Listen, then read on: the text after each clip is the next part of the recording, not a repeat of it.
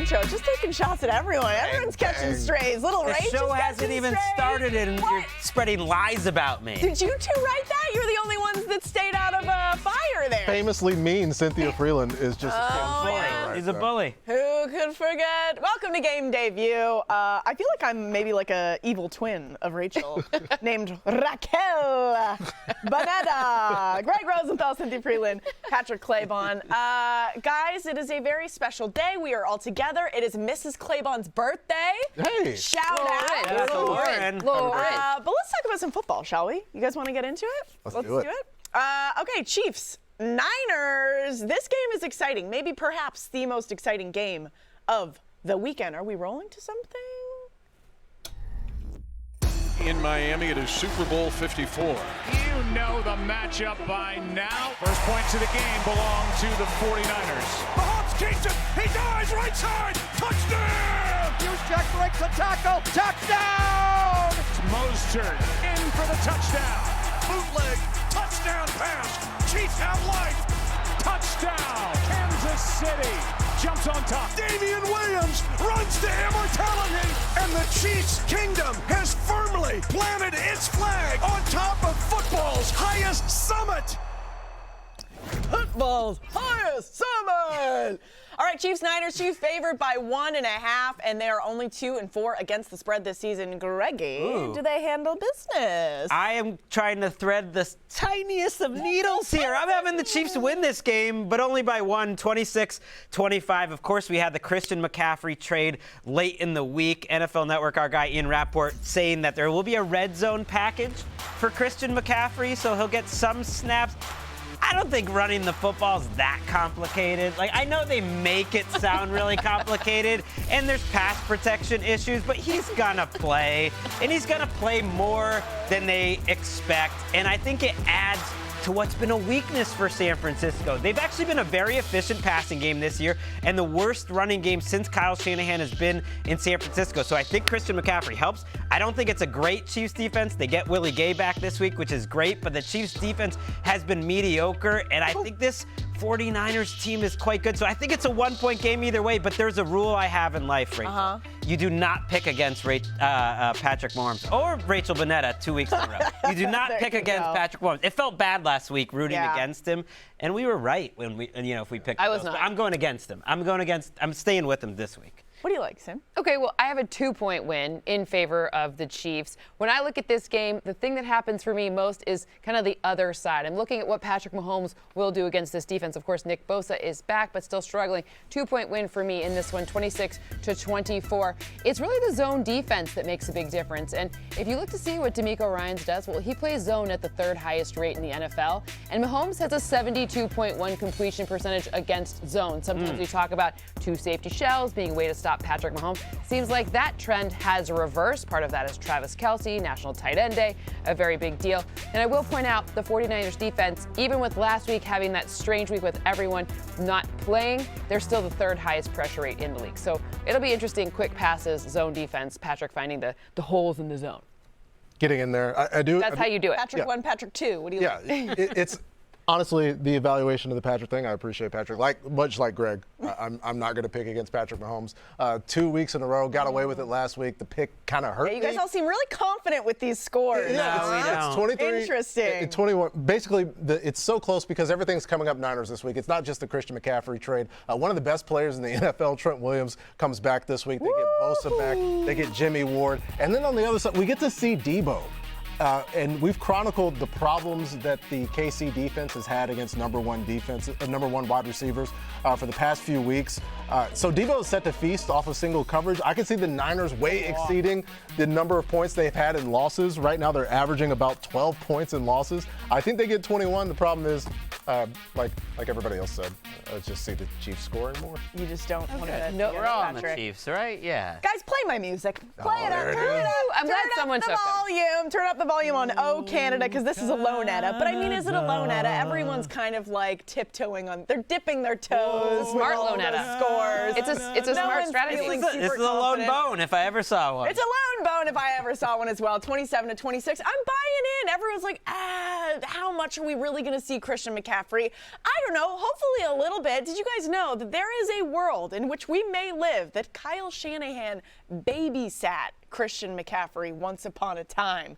I love that story, and I love this move. I'm going 49ers. They're a fun Cinderella team. They wore that last year. You pretend you're a Chargers fan, but every week all you do is talk about Jimmy G, Jimmy G this, Jimmy G that. I'm a fan of Jimmy G. Sue me. Okay, who is more fun to root for this season? The teleprompter might think about moving. Thank you. Who is more fun to root for this year than Brian Daboll, crushing it in his first year as a head coach? So excited after every win. He's got the Giants at 5-1, the only 5-win team playing this week, taking on the Jags. Sim, the desert likes the Jags by 3. Total disrespect to that man right there. What do you think? What do you like? I'm going Brian Daboll I hear in the locker room after he plays Juicy, fan favorite, of course. I need to see him dancing in the locker room. The model also agrees with me. I have a win for the Giants, 23-21 in this matchup. When I'm looking at kind of why and what's going on, I'm looking at this blitz rate. So 43.7%, that's how often the Giants blitz. That's good for number 1 in the NFL. And then Trevor Lawrence, we still haven't seen him figure out what happens when he's pressured. Not saying that every blitz turns into a pressure, but it is a 52.6 passer rating when he is pressured. That ranks 23rd. So for me, it's kind of low-key this Giants' ability to create havoc on Trevor Lawrence that makes the difference in this matchup. Greg. I got the Jaguars winning this game. I don't feel great because when the model is so different than what Vegas is, that makes me feel uncomfortable. But you know what the model also says? That the Giants have the 27th best rush defense in the league. And you know the way to beat heavy blitz teams? You run right at them. Yep. No one loves blitzing more than Wink Martindale. And this running game with Travis Etienne and James Robinson have been getting more dynamic each and every week. They remind me a little bit of a running back duo that used to play in New York, and that was Thunder and Lightning. Ron Dane and Tiki Barber. You got the fast, quick guy. You got the big bruiser. And I think this Giants team has been getting a little bit lucky each and every week, the defense especially. And we're going to correct it here with a Jaguar. That Jags defense on rush is pretty good. They're good. It is, Not so and bad. that's the key part of my pick because we have strength on strength. We have a top 5 rush offense against a top 5 rush defense. Greg and I were concerned in how aligned we were on these picks because we thought we were each going to be alone. I'm taking the Jags in this one, 22-19. Not just Travis and James in the run game. I think Trev is going to be heavily involved in this run game as well. We saw him on a nickname basis? Yeah, this is how me and Trev have been communicating since back in the days in Georgia. You know, this is no. We've only met 2 times, but he's a very nice person. Oh, so that's what this is about? Just like the long flowing locks. Just leaving us in the dust. Just look at this dude Your run the boy ball. Trev. Yeah, he has been really effective running. But truly, as you mentioned, I think this is a legitimate strategy to deal with the blitz pressure that Wink and company are going to bring. I like the Jags keeping it on the ground and stopping the ground game. Jags win at home. You guys make a lot of good points. I know that Jags defense is good on rushing. I think Saquon's going to I think that this is going to be a low-scoring game. I have it 17-10 for the Giants. There's just something sparkly and fun about the Giants. I read this story in The Athletic this week. Brian Daboll, apparently in the team meetings, will pick 2 players at random. No one knows. And they have to play each other in Madden, Giants versus Giants. And then the whole team gathers around him. They're yelling. It gets very competitive. Like, I know we had the whole ping pong table fiasco last week. This is the kind of team vibe that I want to hear about. Madden, Giants versus Giants. I like them. 17-10. Time for Drive to Excellence presented by Mercedes-Benz. Cowboys were excellent, nearly perfect with Cooper Rush, but Dak is back against Cynthia's Lions. What do you think? Roar. Definitely not a roar, more like more like a meow. I've got a pretty significant win in favor of the Cowboys in this one, 29-20.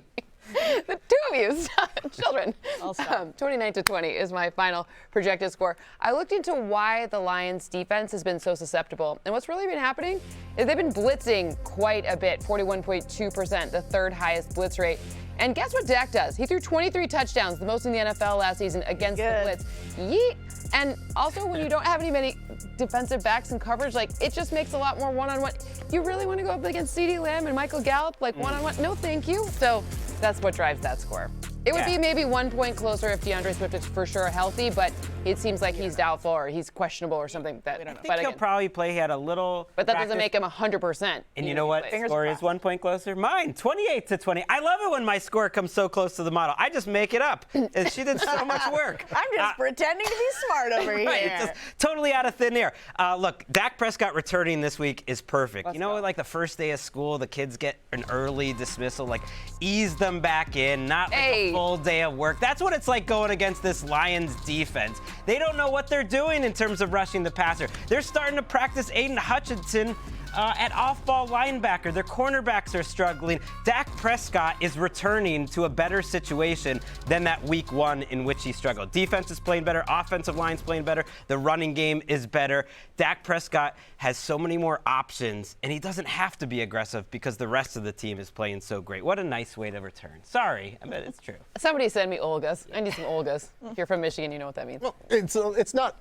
Cynthia understands the situation that the she Lions. gets it. I think everybody understands the situation the Lions are in. But I would like to mention a positive because I am going to speak this into existence. DeAndre Swift will play and he will play well. Let's go. I need this to happen because he's so fun to watch. And this offense, when he is there, is also fun. And speaking of weaknesses, because this Cowboys defense is good, but they are 19th in rush defense, number 1 in sacks, top 5 in pass defense, 19 in rush defense. So I think the Cowboys have a lead, but the Lions, with some DeAndre Swift screen passes, some Jared Goff YOLO balls, maybe Josh Reynolds gets involved.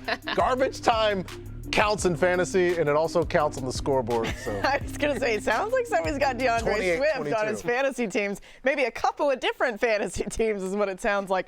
I've got the closest score here. I am taking the Cowboys to win 24-20. Here's one thing that we do not know. We don't really know what Dak is going to look like. We're hoping for the best, but just a week ago, he was having trouble gripping the ball. He's got all of this outside noise with Jerry Jones being like, I want a quarterback controversy. Cooper Rush crushed it. He took care of business. Walking into that situation, we don't know if he's 100% healthy. I'm going to say something crazy. Okay? do it. Crazy. The Lions could be 4-1.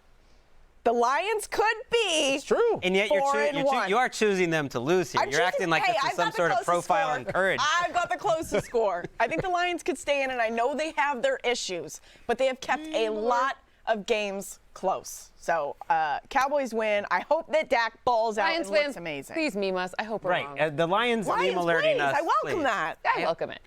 After missing the last 2 games with the concussion, it is Tua time once more in Miami. Dolphins Steelers on Sunday Night Football. Dolphins are favored by a whole touchdown. Patrick, the Dolphins are honoring the 72 team on Sunday night. Will they do it with a win? Yes, they will do it with a win. Absolutely. I'm so glad. We're all glad to have Tua Tagovailoa back at starting quarterback. Absolutely. And one place I actually think this leads to some improvement is on the ground game. Tua comes back, and these RPO decisions that the quarterback is making become a little bit easier. The stretch where the Dolphins were missing their quarterbacks, of course it would be tough for everybody, but they only ran for 100 yards once. They've only gone over 100 yards on the ground this season one time. I think they do it against the Steelers defense, and the Dolphins get a win in this one. Big win. My final score, 23-14. Yeah, I'm surprised the Dolphins are favored by that much. I think it'll be a closer game, but I do have the Dolphins winning 24-22. Part of the reason is Mike McDaniel's offense creates yards. And yes, Tua Tagovailoa is an upgrade at quarterback, but look at what Jalen Waddle and Tyreek Hill were doing even when they were gone. No one noticed, but Skylar Thompson balled out for a quarter and a half last week. He played fantastic. Teddy Bridgewater was moving the ball up and down the field. And I say that just to point out, Mike McDaniel's a new coach. I think he's had a tough month. I don't think he handled the Tua concussion discussion and how he handled that publicly well at all. But this guy creates open receivers, open yards. To me, it's the purest sort of McVay, Shanahan acolyte to go elsewhere and find immediate results. Now he's got his quarterback back in the mix. He's going up against a banged-up Steelers defense. I think they get the win. I laughed when you said your close score because I, too, have a closer than 1 touchdown score in this one. So we're actually quite aligned this week, which is, I don't know if that's a good thing or a bad thing for both of us. We rise and fall together here. Maybe 25. I'm not stupid, like you said on the. I didn't say that out loud. I have 25-19 as my final score here. I just want to give Tua some love with the deep ball passes because we were really questioning it ahead of the season. And as of right now, guess who ranks number 1 in the NFL in terms of completion percentage at 65.1 and yards per attempt at 15.3 on 10+ air yards attempts? It's Tua. Oh, it's Tua? Spoiler Oh, okay, alert. yeah. Spoiler alert. It's Tua. Makes sense There you that go. he was the answer since Yeah. we're talking about it. Right. What if it was somebody else? That would Right. be wild. But low-key, I do think that the guy who orchestrates what the defensive backs are going to do has a lot of information about Tua in this game, as in Brian Flores, as in my college friend, as in the former coach of the Miami Dolphins. So I do think there'll be some specific schemes in there to create what he knows how to stop it. We talk about Wink knowing how to stop whoever. Well, I think Brian Flores is probably pretty familiar with that as well. Well, yeah, we talk revenge games sometimes as a joke. Like, this is a real, This is a real kind of the revenge real game. deal. Actual animosity. Meme alert, I am taking the Dolphins as well. I've got a bigger win, 25-17. I thought it was really interesting. Tua came out this week and he was like, just so everyone knows, I'm not the Dolphins' savior. I thought that was really interesting because obviously they had such a hot start. They went 3-0, and then the last few games have fallen apart. They've gone 3-3 now. He comes back in, everyone's like, "Oh, Tua's going to turn it around. We're all fine."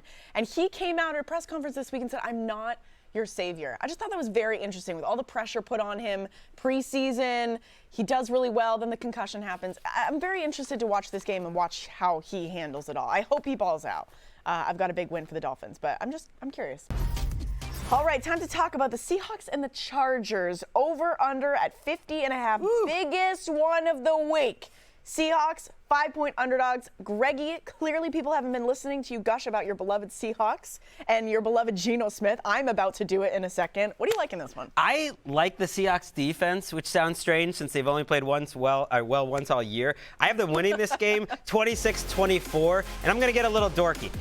Early in the season, they were playing a different style of defense. Pete Carroll tried to mix it up, playing more passive, having their defensive linemen two-gap, which means just like holding up the blockers and letting the linebackers make plays behind them. Last week, they let them just go back to their old system, kind of penetrate, get pass rush pressure. And you know what happens when you get pass rush pressure? You let Tariq Woolen, the best playmaker at cornerback in the league, even though he's a rookie, make plays on the ball. They're starting to force turnovers. I think this defense can turn it around. If you look at Pete Carroll's history, they often start really slow on defense, and then they turn it up. So the defense just does enough, and they get a win, an upset, big upset. What do you like in this one? We're kind of on the same side, but I have a different winner. So I have a 4-point. Same So side. not When on they the do the same side at standings all. at the end, that'll be two totally different sides. But not really, Close, because though. it's only a 4-point win. I've got 28-24 in this matchup. I want to talk about Justin Herbert because for the first time last game, we didn't see him throw a touchdown pass in quite some time. In fact, he was sort of like actively avoiding Pat Surtain, who I would argue maybe he's a little better than Tariq Woolen. Maybe. I just said playmaker on the ball. This man is like Got a it. hawk who's just like flying in and Is he a swooping. Seahawk? 6'4", 4'2", 640. Yeah, okay, I'll shut up. So. Anyways, but long story short, I think Justin Herbert will find more success in the passing game in this one. In fact, I think he's my number 2 quarterback overall for fantasy purposes. Nothing to worry about here. I'm not super worried about that defense. I know Rashawn Slater isn't there, but Austin Eckler still is. And if we don't know if Keenan Allen's playing yet, and if he does, I think that's going to be a fun one. We'll see kind of Justin Herbert get back to Justin Herbert. Yeah, playing the Broncos is not the prescription for seeing your numbers go up as a quarterback. And it throws everything off. I think Mike Williams is not going to get certained again because he's not playing. It's a fundamentally different situation for him. But Cynthia mentioned Austin Eckler. I think that's so crucial because the Seahawks' rush defense was a lot better against the Cardinals. This is as great as Eno Benjamin was on Thursday night. This is not Eno Benjamin. This is a better run game and a more balanced run situation. I think it's a lot of Austin Eckler on the ground. Chargers win it in a close one, 24-22. You know, it's funny that you mentioned the Seahawks defense because we saw them play the Cardinals last week, and I was like, this might just be the Cardinals being bad, putting up like 9 points. But then they put up, 42 last night on Thursday Night Football? I am going Seahawks here. Not by a lot. 32-30. I want to see this high scoring, and you know why? Let's talk about the man, the myth, the legend, Geno Smith.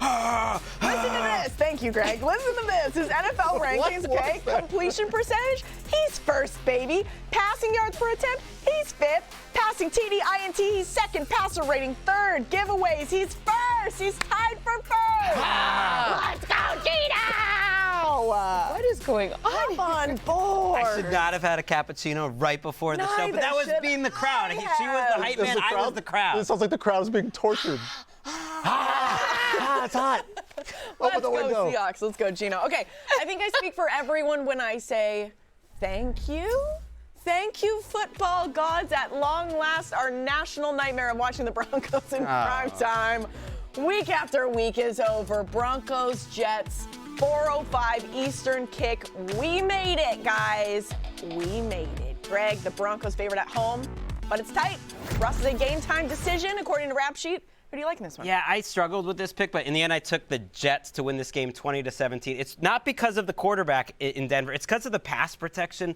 They have really struggled up front to recognize where the blitz is coming from, and especially when teams run stunts. When they run games up front and the defensive linemen go into different gaps. Who is better at that than the Jets right now? The Jets are so good at confusing opposing offensive linemen. And a lot of people just think like, hey, let's blame Russell Wilson for the protection here, because that is on the quarterback a lot.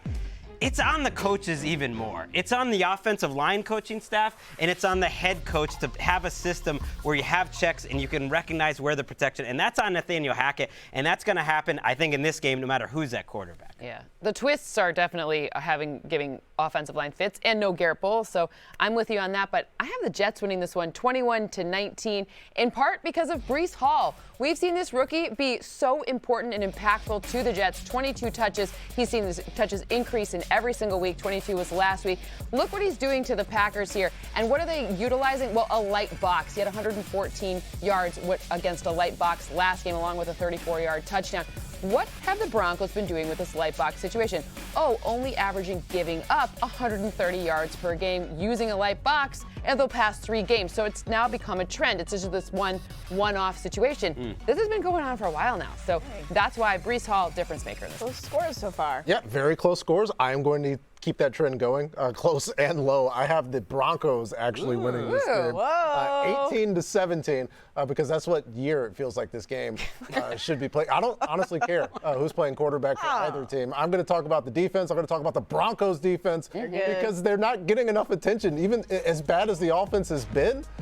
They've just been doing things. Randy Gregory goes down. Baron Browning comes in playing inside linebacker. All of a sudden, he's got one of the fastest sacks in the NFL this season coming off of the edge. And we already talked about Pat Surtain a little bit. They're just so good, and they're playing at home, and they haven't really cared.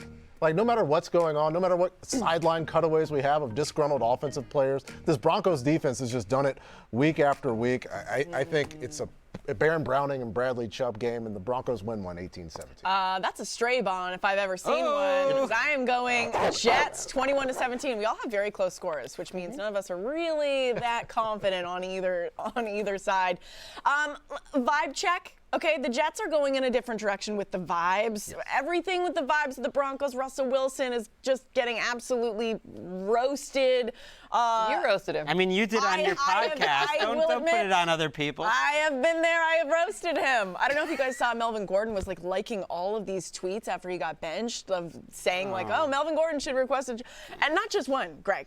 I would say probably close to 10 to 15 He was mad. tweets. He's starting in this game. I'm just saying vibes. He's playing the Chargers. Vibe It was a check. revenge game. Vibe check, stray bond, not good.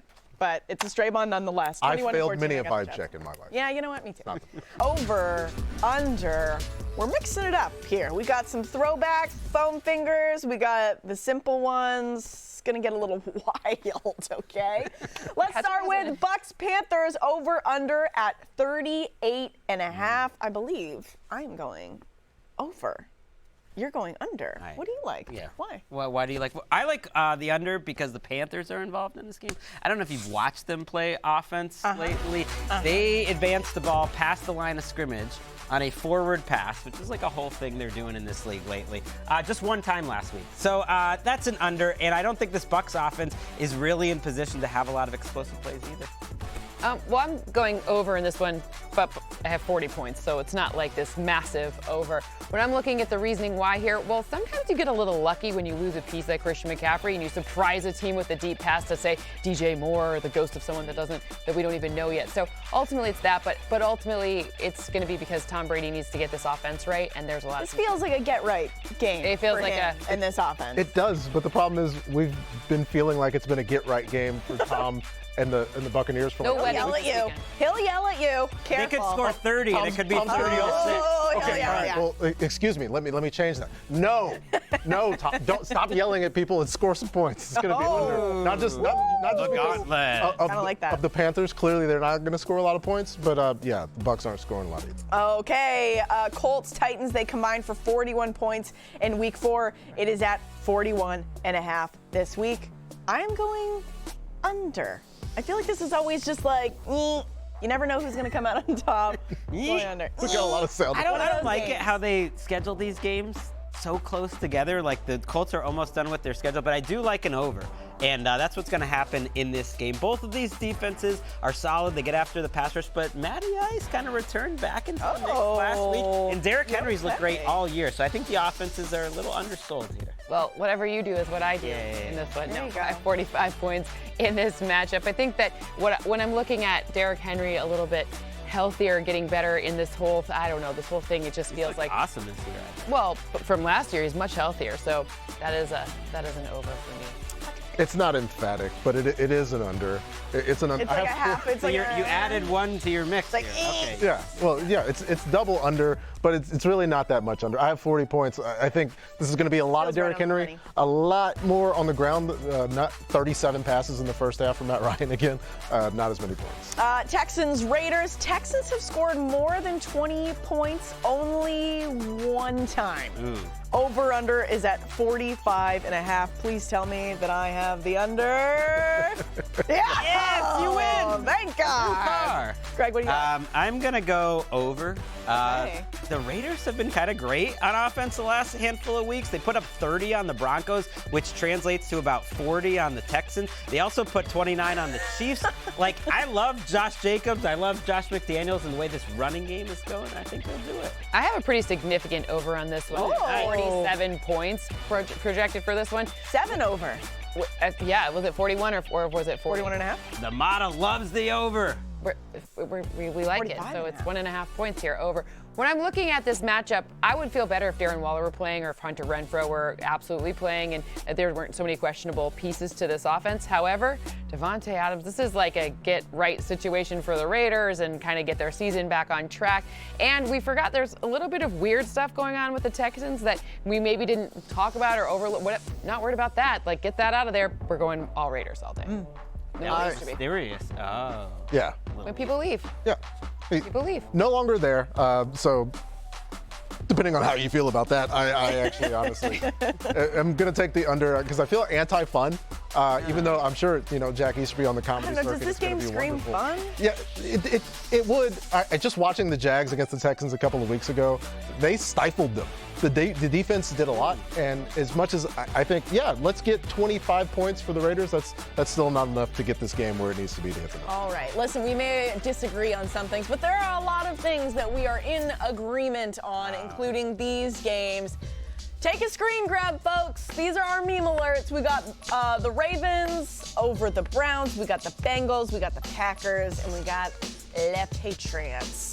I feel good about this. If our old producer Tanton's watching, he would be so mad at us. I definitely don't think Commanders fans are going to be mad at us. No, I think that they'll understand.